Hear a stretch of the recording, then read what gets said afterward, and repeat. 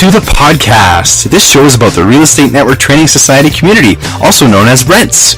We're a diverse group of investors and our members range from beginners to seasoned pros.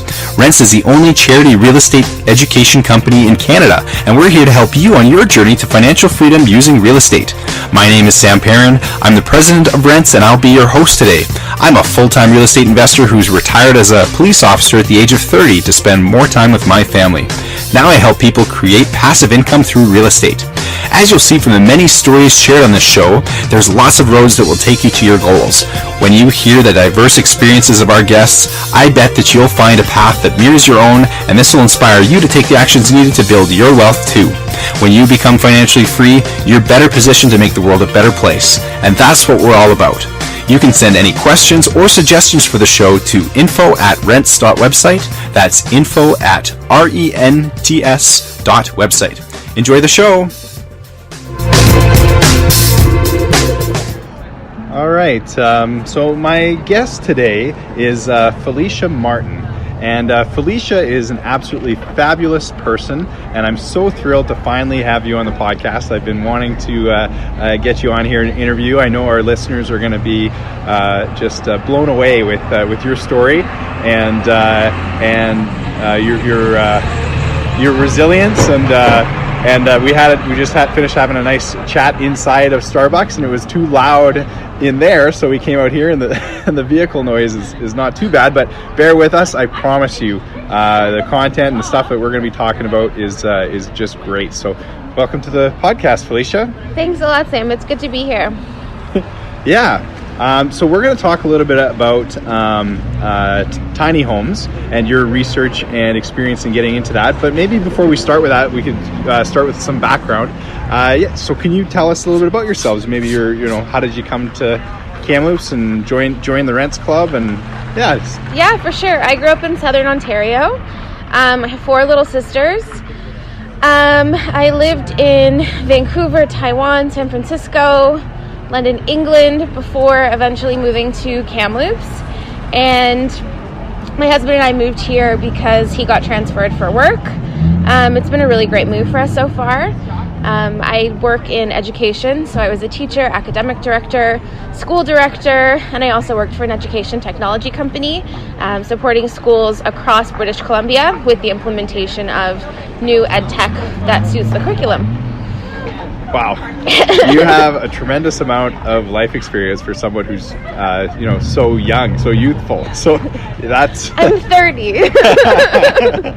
That's incredible. Everyone's always surprised to find out that I've had something like 36 different jobs, at times 3 at once. I like change. When did you start working? When I was 14. Wow. Yeah. Well, your story really closely mirrors mine. That's when I started working. I was 14. I haven't been to as many countries, but I've added them to my bucket list. That's awesome. So how did you come to become a member of Rents? Through you, of course. I was volunteering with a refugee family here in Kamloops and met you and heard about Rents, and you were doing something so great for that family, giving them seriously discounted rent. So it kind of inspired me, and I ended up doing the same thing for a year with our purchase here in Kamloops. So yeah, it's a good fit, and I learned so much from coming. It's been great. I grew up in Ontario. There's so much to talk about. It's hard to know where to start. Can you tell us about, maybe because this is a real estate investing podcast, can you tell us about your experience investing in real estate? How did you go from, how did you choose to buy your first property? Maybe start there. So my husband bought our first property before we met, actually. So we have a condo in Vancouver, and you know what the market's like there. It has gone up tremendously, and the rental market is great in Vancouver, although we have family living in that condo now. And then we considered moving to Kelowna, so sort of on a whim, we bought a condo at UBCO in Kelowna. And then my husband got transferred here to Kamloops, so instead of selling the Vancouver and the Kelowna property, we have them rented out, and we purchased here in Kamloops a house on the North Shore that gives us an opportunity to add a rental suite. So we did some construction, put in a rental suite, and then we live downstairs and have tenants upstairs.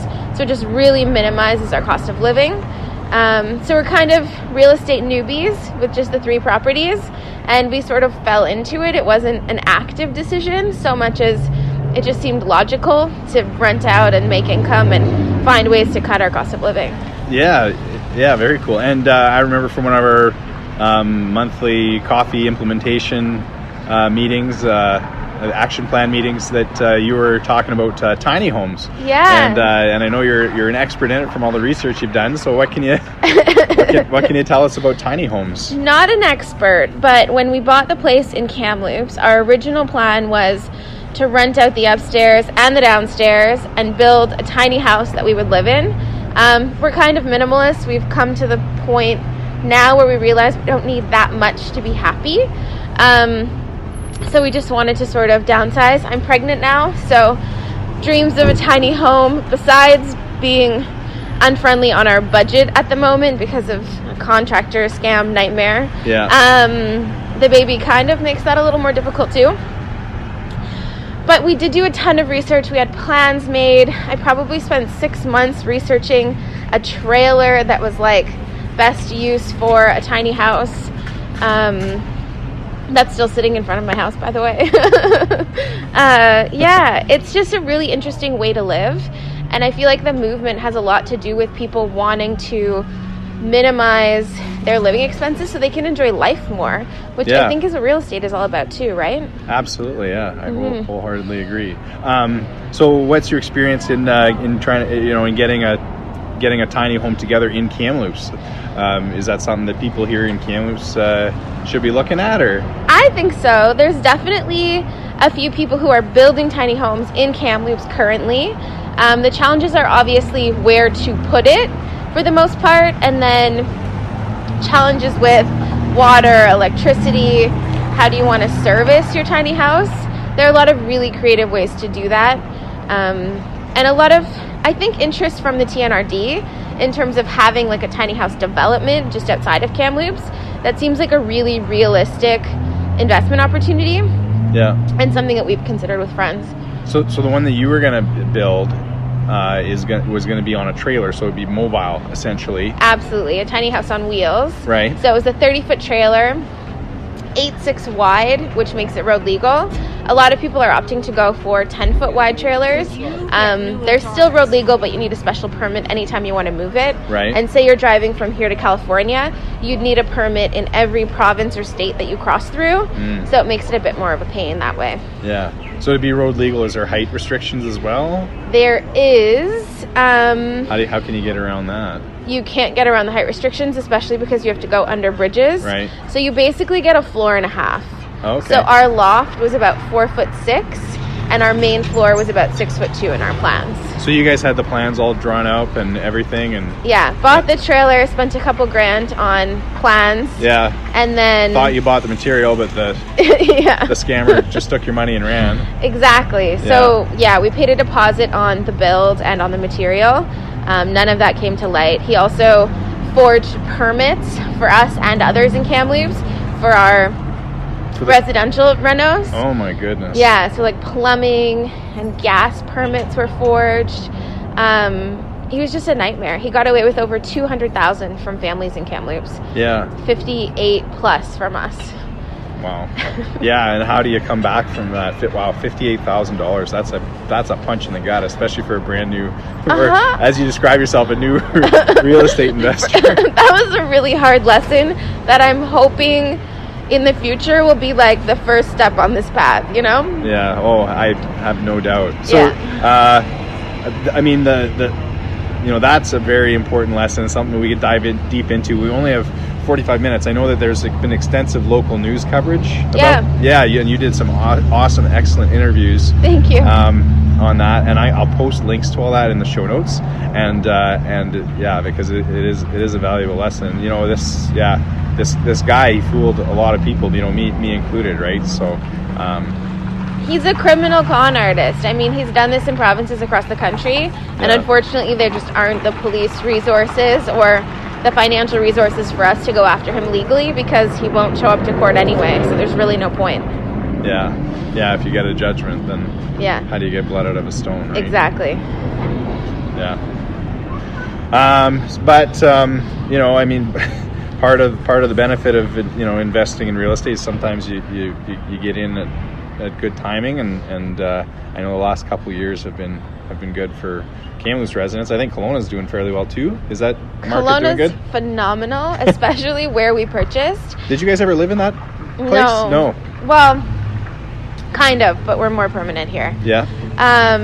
So we have renters there. We bought it pre-construction, and by the time the construction was finished, the property had gone up $100,000. Wow, that's awesome. On a $275,000 investment. Wow. So not a bad deal. Yeah, and the rents for what is a 3-bedroom townhouse? 2-bed, 2-bath condo. 2-bath condo. $1,800 a month. $1,800 a month. Wow, that is incredible. Yeah. So that my husband doesn't argue with me about that one, but he's a little less happy about how Kamloops turned out. Yeah. Well, you know what? My first bungalow that I bought in Kamloops, we were guided by a realtor and we overpaid. Yeah. So we paid $306,000 when at the time it probably should have been $250 would have been a deal, right? Or $280, right? But now, what's it worth? Probably around $370, right? Exactly. It'll be $400 soon. I mean, same with the bungalow you guys purchased too. So we lucked out. I think my husband might disagree, but we paid $275. Yeah. We have 3 bedrooms, 1 bath upstairs. Yeah. And then we put in a rental suite downstairs. So we have 3-bedroom, 2 bath in the basement. And we had a realtor come over last week, and he said we could get over 4 for our place already. Wow. So with what we've spent in renos and what we lost to the contractor, we would break even. Yeah. Well, which is kind of brilliant in a year. To get screwed for almost $60,000 and make it back up in equity already. And break even. Yeah. But I mean, not every market's like that. I think we're really blessed here in Kamloops. We're so lucky. I mean, if you're paying good attention to the economic indicators, then you know that there's a future here. But we got this place pre-foreclosure, so it was like a really good deal. Yeah. And you guys have a pool too. We do, a pool and a hot tub. Not so great for renters, but because we live there, it's perfect. Yeah, liability. Yeah. Okay. So what are your future plans for well, let's talk about tell us about your family. So you mentioned you grew up with 4 sisters. Maybe I'll just preface that with I listened to a podcast called the Lapse Storytelling Podcast. Yep. Where you were a guest, and that your story of growing up. And what happened, just for our listeners, your mother went missing, and you were on a quest to find out what happened to her, because it's kind of a cold case that's never really been solved, right? Yeah, absolutely. And so that is fascinating, and you go into that podcast is phenomenal. It goes into a lot of detail, and you are an amazing sleuth, detective. I don't know if I should take that as a compliment, but I will. But so you grew up. You have 4 sisters. Yeah, 4 younger sisters. Broken, sort of non-nuclear family. Yeah. My mom and dad had me when they were 18 years old. Yeah. And she disappeared when I was 6. Before that, she had my sister Selena. So she was 2 when my mom went missing. And then I have 3 stepsisters. And yeah, it was quite the quest. I think that's helped me build resilience and be able to laugh off a $60,000 loss, because there are things in life more important than money, to be honest. Absolutely. I think it was tough as a kid growing up, not knowing what happened, and that's sort of how life has progressed. There are a lot of unanswered questions in different areas, like where is that contractor? Where is I would love to know. Right. A lot of open doors. And with my mom, it was just years and years and years of digging and researching and recording notes from conversations with so many people about what happened, because she went to school one day and just never came home. The stories that I've heard are just, everyone has a very different view of what happened. Yeah. So what's the truth? How do you? Yeah. Somewhere in the middle. Somewhere in the middle. It's been impossible to find so far. I dug through all of the police files, all of the notes on what happened, every family member's opinion, and it varies from suicide to murder to she ran away and just kind of took off because her life sucked.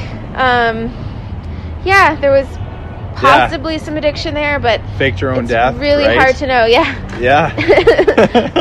Which is genius, really. I can see where you get it from.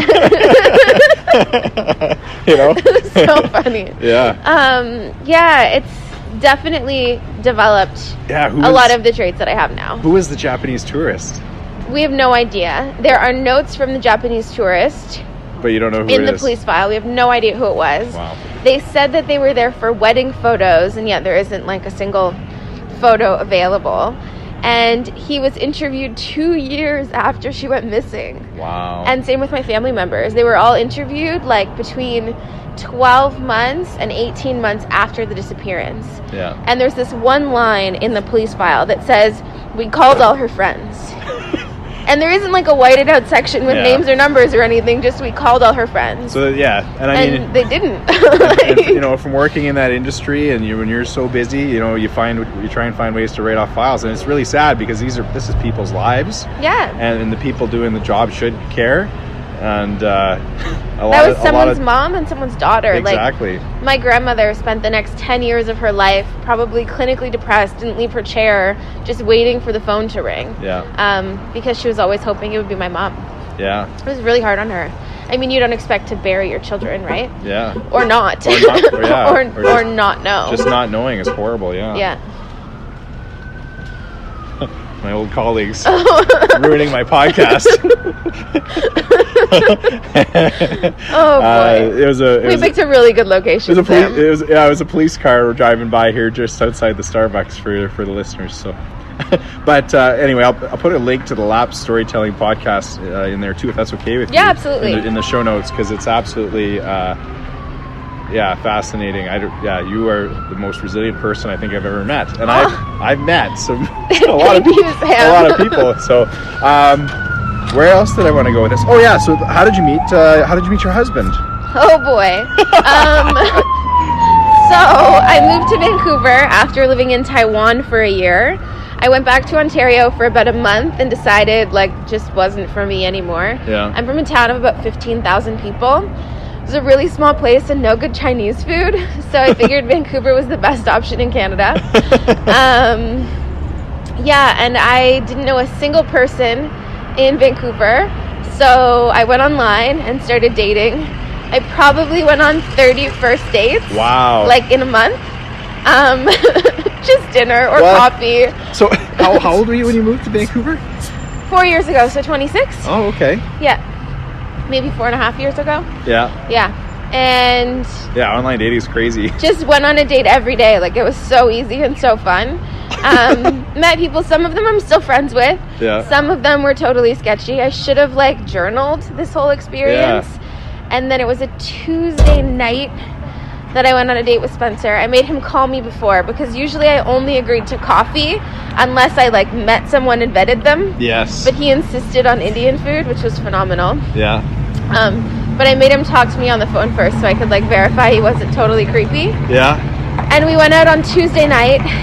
Because of my record, I had lined up dates already for the following Wednesday, Thursday, Friday. And the date went so well that I canceled all of those dates as soon as I went home. Wow. Yeah, so he was my last first date in quite the spree of online dating. Is that ever cool? Mm-hmm. Yeah. Yeah, because you never know what you're going to get when you're doing, because sometimes it's a photo from 20 years ago. Sometimes it's somebody else's. You have no idea how often that happens. Yeah. Or, sometimes it's a photo of somebody else, or a photo of them. That only happened to me once, where the person who showed up wasn't the person on the profile at all. So what do? Do you pull up the phone and be like, well, bye? False advertising. Yeah, what else are you going to lie about, It's funny that, men are more likely to walk away from a date like that. Yeah. Women are often oh, he was probably embarrassed or ashamed, and they feel this sense of empathy for them. Right. So I have sat through a couple of coffee dates where I'm this is not what I signed up for. That's smart. I remember because I met my wife Marcy online dating. Really? Yeah, and I learned pretty quick throughout that you don't do a movie with someone you met the first time. You don't go out to the movie. No. You don't have dinner or anything. Coffee date. Coffee, yeah. And you can drink that coffee really fast and, Absolutely. Or- My rule was like, I'm not going to chat with someone for days online. Right. You need to be worth $4 and 30 minutes of my time. Yeah. And that's it. As long as you're worth $4 and 30 minutes of my time, I will go on a date, and then we'll see what happens from there. Okay, so Spencer was awesome. Indian food was awesome. Yes. You guys hit it off. You canceled all your other dates, and then Yes. how long did you date? We were married within 8 months. Wow. I got a job in Kuwait and told him my news and thought we would break up. And he's like, I'll come. I was like, pardon? You what? What was he doing at the time? He was working at Paladin Security in Vancouver. No kidding. I think he was at Surrey Memorial or VGH. I can't remember. Okay. But managing operations at one of the hospitals there. Wow. And I think he wanted a change too. Yeah. But not what I expected, because he had worked there for a decade and just sort of had this like rigid life that was very different than mine. We didn't go to Kuwait, but we did get married, because in order to live together in Kuwait, you need to be legally married. Oh. So we kind of joked that it was a business arrangement. You took the job and then you didn't go. Yeah, I took the job, and then my husband got a kidney disease. So he had... What's it called? It's called minimal change disease. It's more common in children, actually, really rare in adult men. Oh, wow. What's the symptoms? He's swelled, like, he was probably 180 pounds and kind of like CrossFit guy when I met him, super fit. And he blew up to about 220 pounds in just like water. Wow. So it's like the filter on your kidney just switches, and all the protein comes out and all the water stays in. Yeah, it was really tough. He was on high-dose prednisone for almost a year, and at the end of that, he was told, like, if this medication doesn't work, you're going to have to go on dialysis for the rest of your life. So, wait a minute, you guys were newly married when you got this? Yeah. My husband's going to be on dialysis for the rest of his life? Yeah. So, I don't know, how long are we together at this point? 8 months. 8 months, wow. So, this all happened, like, all at the same time? Wow. Right after we got married and decided that we were moving to Kuwait, this like thing that he was taking medication for but still working and everything was like kind of normal at the time, got really serious, and yeah, just all of a sudden he was sick, and we were in a pretty like hospitalized or not hospitalized, but like bed bound basically. Wow. Yeah, he didn't leave the house for like months. Wow. Yeah, that's incredible. It was a tough go. So how did you get better? The medication finally worked, and he didn't end up going on dialysis, which was great news. Wow. He took kind of a slower paced job after that, because he was working like 16 hours a day with Paladin, so he moved to kind of a cushy city operations management job, which was good for him for the time being. And we didn't end up in Kuwait, which was kind of unfortunate, but I ended up getting a job which I loved, so it worked out okay for us. And that was in education? Yeah, that was with an EdTech company. And then 2 years later, I ended up really sick and was off work for over a year before getting pregnant. Wow. What did you have? You want to talk about it or no? Yeah. You don't have to. Whatever. So my pituitary gland is like completely flat, so some hormonal dysfunction issues. Empty sella syndrome is what it's called. Idiopathic intracranial hypertension, which is too much fluid in the brain and spinal column.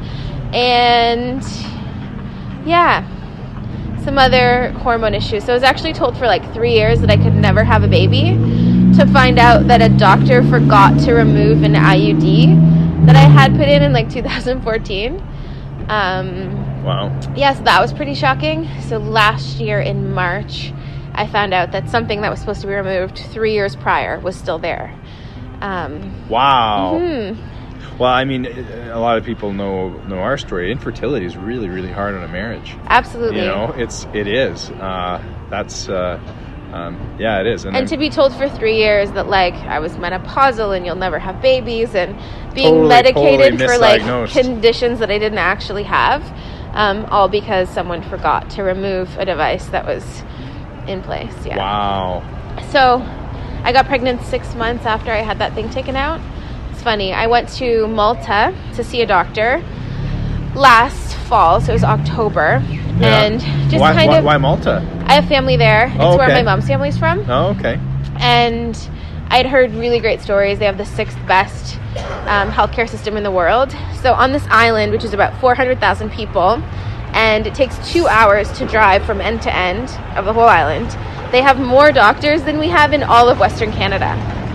Holy cow. Is it a destination place for treatment? No, it's not a destination for treatment. They just really care about their people. Wow. So they don't have a lot of assets or industry other than tourism and their citizens. And everyone you talk to in Malta will say, like, why wouldn't the government invest in us? Like, we're the future.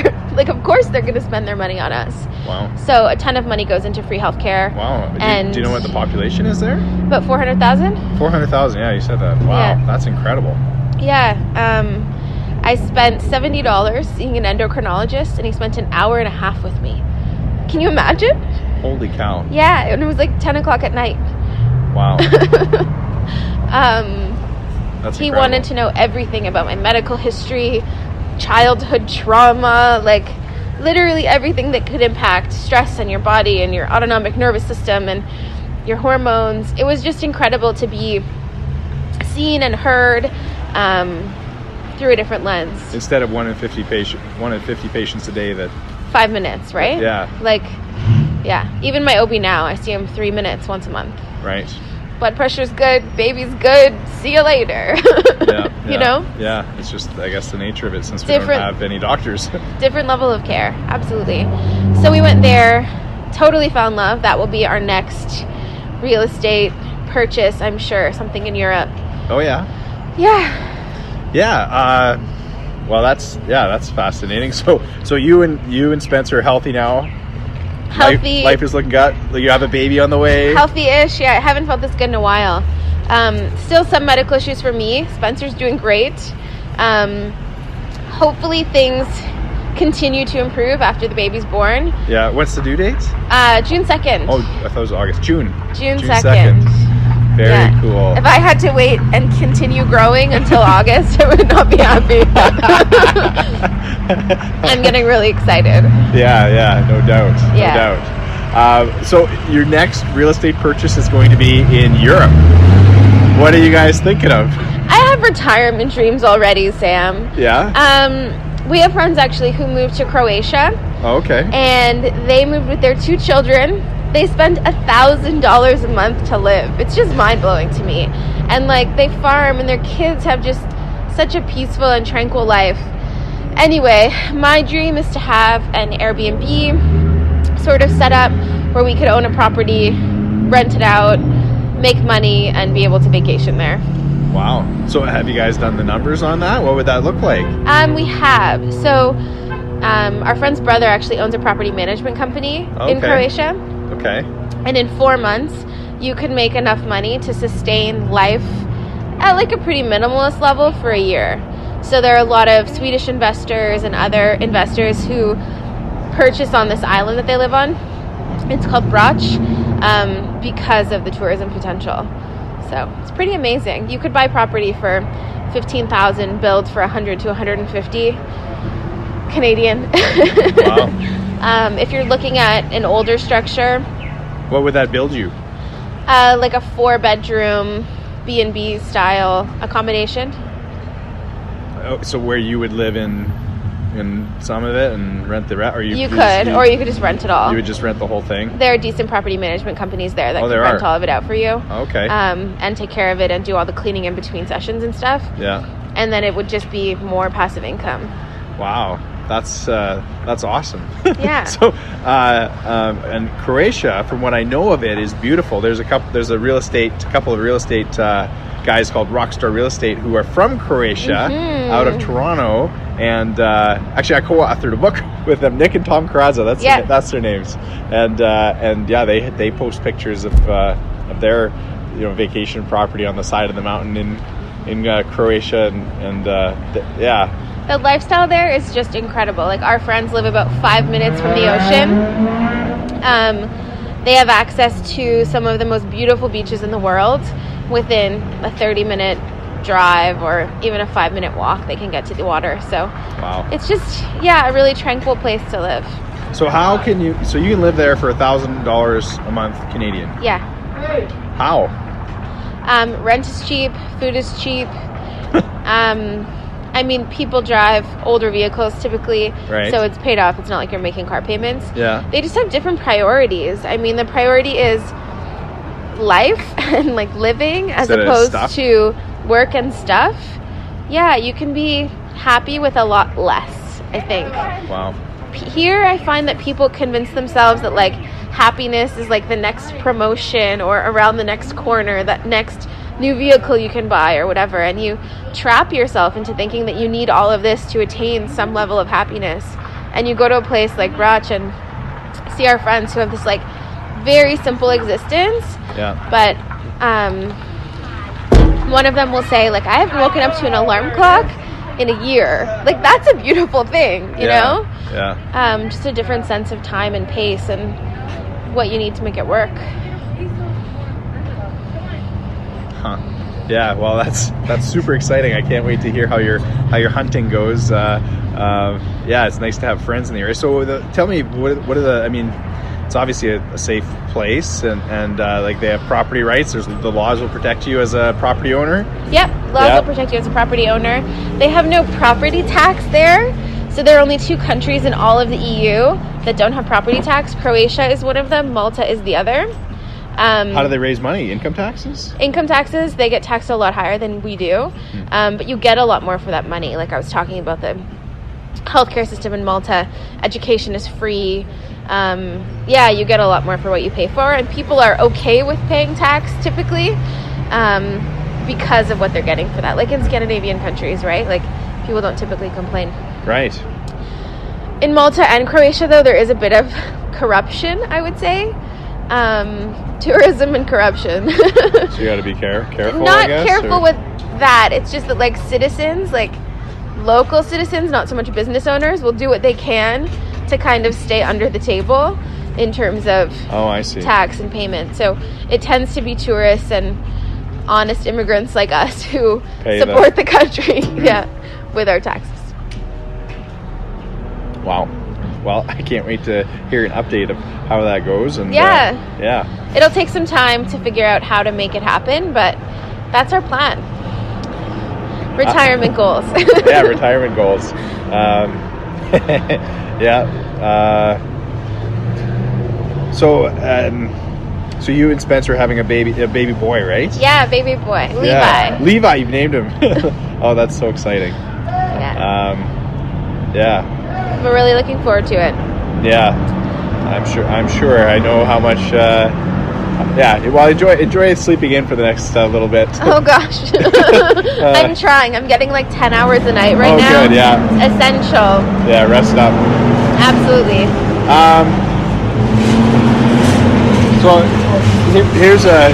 here's a question for you, Felisha. Can you think of a turning point in your life where you made a choice for the path you wanted your life to go? I mean, you've talked about a few different things that have happened in your life, and that I think there's a lot there. But is there one pivotal moment where a different choice would have resulted in a different result for you? Absolutely, Sam. I think life is a series of choices, and all of them take us down path A or B or an alternate. But if I think of one moment that sort of changed everything, I was headed down a very different path. So when I was 17, I met a boy. I was foolishly in love. And by the time I was 23, we were married. So I've actually been divorced. I'm not sure if you knew that, but it was probably the hardest thing I've ever done, is like deciding to leave that relationship. The path we were going down together wasn't a good one. All of my friends comment on how different I am now, because I had like Prada and Gucci bags and like cared so much about stuff. I was just a really different kid, I guess. Wow. And I think that was a result of like not having much growing up, and then feeling like I need everything. Yeah, I know exactly what you mean. And I worked my butt off to get all that stuff, and I like appreciated it and valued it. Yeah. And then our relationship sort of took a spiral. We got into a car accident. He, in my opinion, was kind of milking it. I was working 3 jobs, doing my master's full time, and he was like sitting on the couch all day and like wasn't doing anything to actively get better. Right. So I moved to California, sort of gave him an ultimatum and said, you need to get us into a smaller apartment and go to this head injury 30-day thing to help yourself start to get better. Like, this is what's important for you right now in order for us to be any sort of happy. Yeah. He opted not to do that, moved all of our stuff into his parents' basement, started renovating, and then asked me to make him a baby. And I ran away to Taiwan. Wow. So I mean, this whole conversation, you've really been living life in fast forward, like, Yeah, I once had an employee tell me that I could die now because I had already lived multiple lives, and I just sort of stood there shocked, like, that was really mean, but okay. Yeah. Well, I mean, and I think that's a lot of why I really enjoy spending time with you. You're an old soul. Yeah, definitely. And in a lot of ways, I am too. I mean, a lot of my friends are a lot older, and all that kind of stuff. And I think same here. In Kamloops, most of the people I know are over 50. Yeah. But I mean, you learn so much from hanging out with people who are older than you. Oh yeah. I also spent a year, this is another like crazy chapter, living with a pro hockey player. So I was 23, I think. And this is before we got married, just all of his life and property stuff with my ex. And I spent most of my time hanging out with moms at hockey rinks of all the other kids. So they were all in their 40s, and I'm like, this spry little 20-something. And I learned so much from them, and I think that's actually what gave me the confidence to walk away from my marriage when I did, because a lot of them were like unhappily married for decades, and it was just somewhere I didn't want to be. Yeah. They were like literally waiting for their kids to graduate high school so they could leave their unhappy relationships, and that just seemed really depressing to me. Yeah. I think if you wake up too many days in a row not liking your life, you need to kind of find something new. Be bold and move on. Yeah. And it was tough, but I'm glad I did it when I did. Taiwan was probably the greatest year of my life. Made me love Chinese food enough to move to Vancouver, and that's where I met Spencer. So, it changed everything for me. Very cool. And you continue to carve your own path. Absolutely. You have to. Yeah. So you're no longer doing your tiny home because it's, I guess, all the money was stolen, and you ran out of capital, and and you have a trailer. You have the trailer for sale, right? We do have that for sale. Hopefully that'll go now that it's getting a bit warmer. We are getting a few calls, so that's nice. Oh yeah. We're hoping to get rid of that, and there seems to still be this building momentum towards that tiny home community. Yeah. So. Well, because you could be, pretty close to mortgage free, or you could buy and build one of these things, and if you had a place to stick it. Yeah, like you could put it on a line of credit and paying off in a year if you tried really hard. Yeah. And if you find a way to live for free, all of a sudden all the things that you've been doing your whole life are now options to anybody, listening to this. Absolutely. And I mean, that's something that I think younger people need to recognize. Like when I moved to Vancouver, I had $55,000 of debt. And I opted to live in an apartment in the West End with 4 roommates in a 2-bedroom, and we each paid $300 a month. And I paid that $55,000 off in a year. Wow. And then bought my first property the year after. While you were living in Vancouver. While I was living in Vancouver, I paid off $55,000 of debt in 12 months. Wow.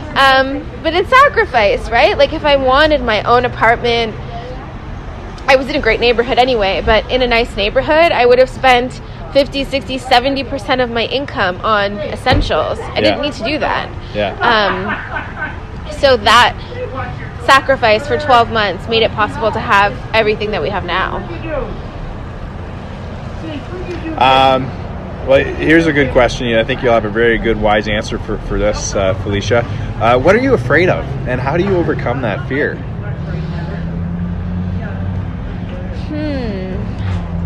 This is a good question. And I don't have a great answer for you, surprisingly. What am I afraid of? I'm kind of a people pleaser. Like, I think I'm afraid of, disappointing others for the most part. And And I'm getting better at overcoming that and realizing that... Like saying no? Yeah, like life isn't all about making other people happy. And at some point you have to worry about, you know, the people that matter the most. Right. And since being pregnant, like, that has changed a lot. Yeah. It's like this tiny human inside me, my husband, my immediate family. And maybe one or Life two. is short. Like, Yeah. there isn't time to be afraid of all the things that we can't accomplish. Yeah. Like, good things come to people who hustle and, yeah, just take steps every day to try to overcome whatever it is that's holding you back. Yeah. So, what advice would you give your younger self?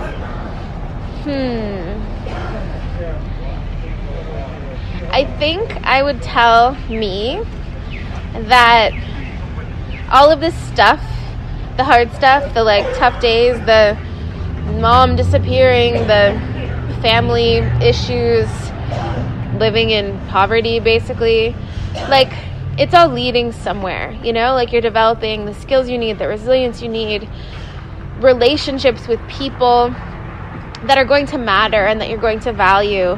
And even, like, getting sick, like, it changes your perspective, and all of it happened because it had to. Yeah. Yeah, and you're going to be okay. Things are going to get good. Yeah, that's great advice. Thanks.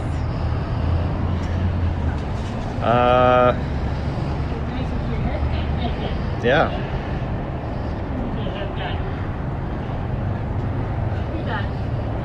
Anything else?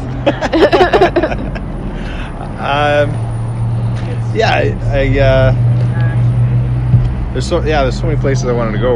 We are running out of time. We've only got a couple minutes left before we close, but you know, it'd be great to have you on again and to catch up. Absolutely. Down the road, because I have a feeling there's some things percolating, and you know, who knows what motherhood brings. Actually, I saw a really interesting Facebook post that you put, you know, where you were reflecting on, and I think that's where you kind of put out there the Lapse Storytelling with my mom. podcast.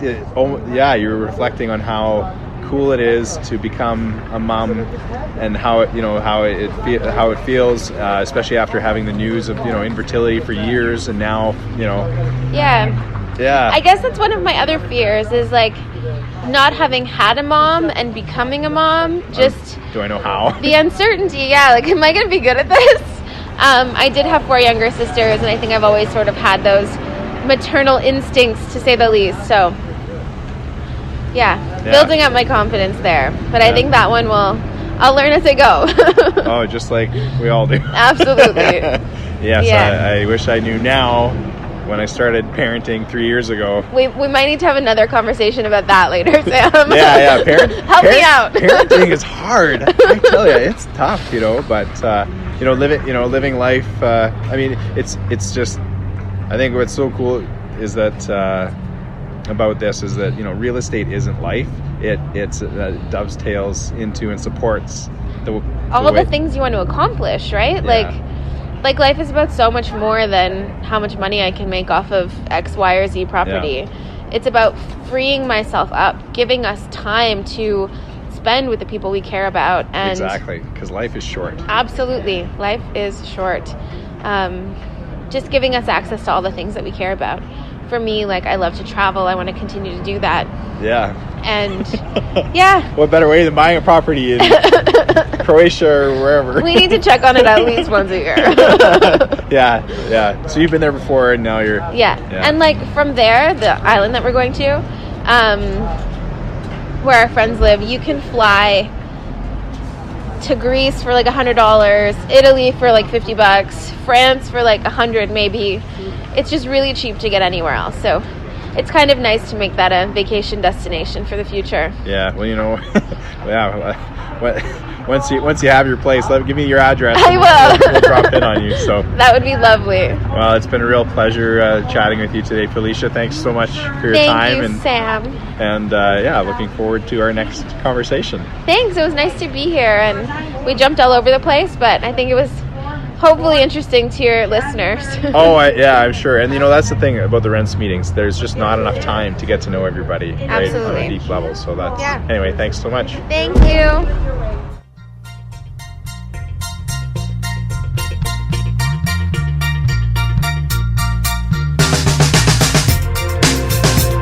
Before we close the show, I just want to say that all the activities Rents undertakes, including this podcast, benefits our bursary program.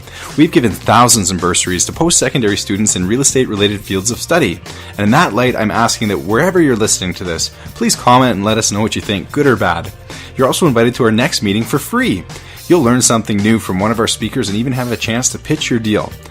Do you need cash? Are you looking for property to buy?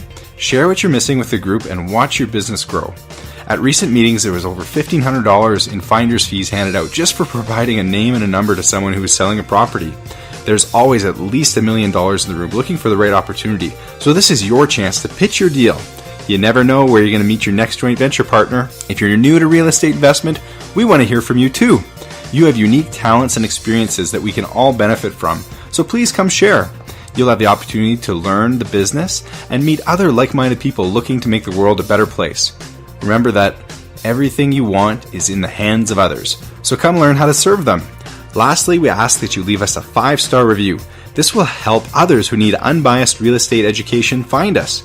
To join us in person or online, please email info@rents.website. That's info@rents.website. See you next time.